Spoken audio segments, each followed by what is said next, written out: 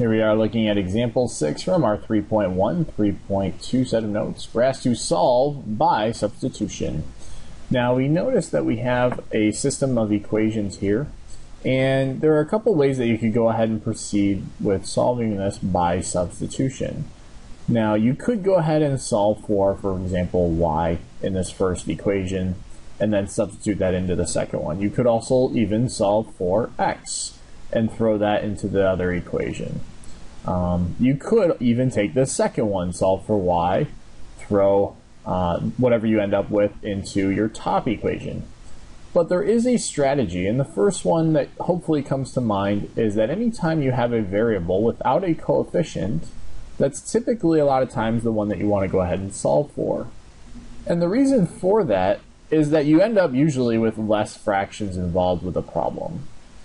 So when we go ahead and have our x plus 4y is equal to 11 and solve for x here, we end up with x is equal to negative 4y plus 11.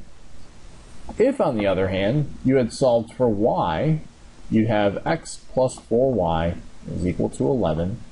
Subtracting x from both sides, you'd have 4y is equal to negative x plus 11. And then dividing both sides by 4, we notice that we have y is equal to negative 1/4 x plus 11/4.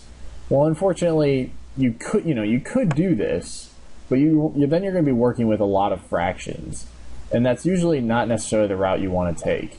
Notice when we solved for x here, we have no fractions, and we can very, very easily take this negative 4y and throw it in for x into our first equation.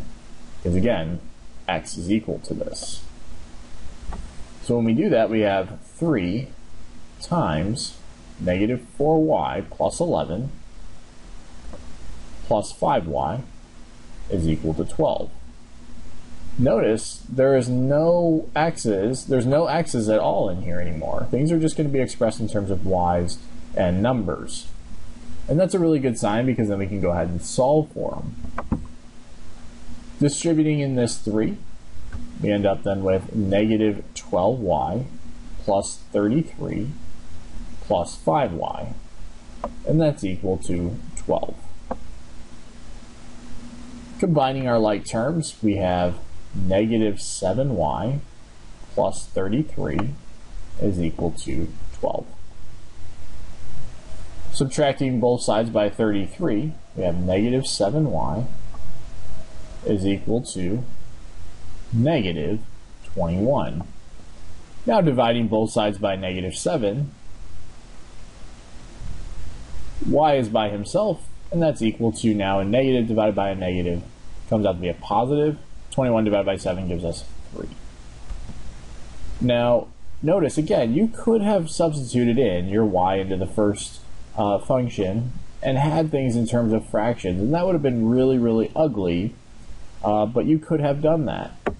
Whereas kind of using this strategy where we solved for a variable without a coefficient and then substituted it in, we notice that sometimes, not always, but you end up with a non-fraction as your answer, and you're not necessarily dealing with fractions within your answer. All right. So again, that's a really, really nice strategy that I advise you guys to use out. Now that we already have our y, we can go ahead and take our y and throw it into, again, it really doesn't matter which function you put it into, because you can find then the corresponding x value.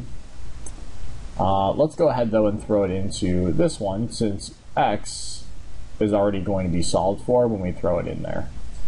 So then we have x is equal to negative 4 times our y value that we just found was 3 plus 11. So negative 4 times 3 comes out to be negative 12 plus 11. So then it looks like x comes out to be negative 1. So then our solution using substitution came out to be negative 1, 3. Again, though, that is example 6 from our 3.1, 3.2 set of notes.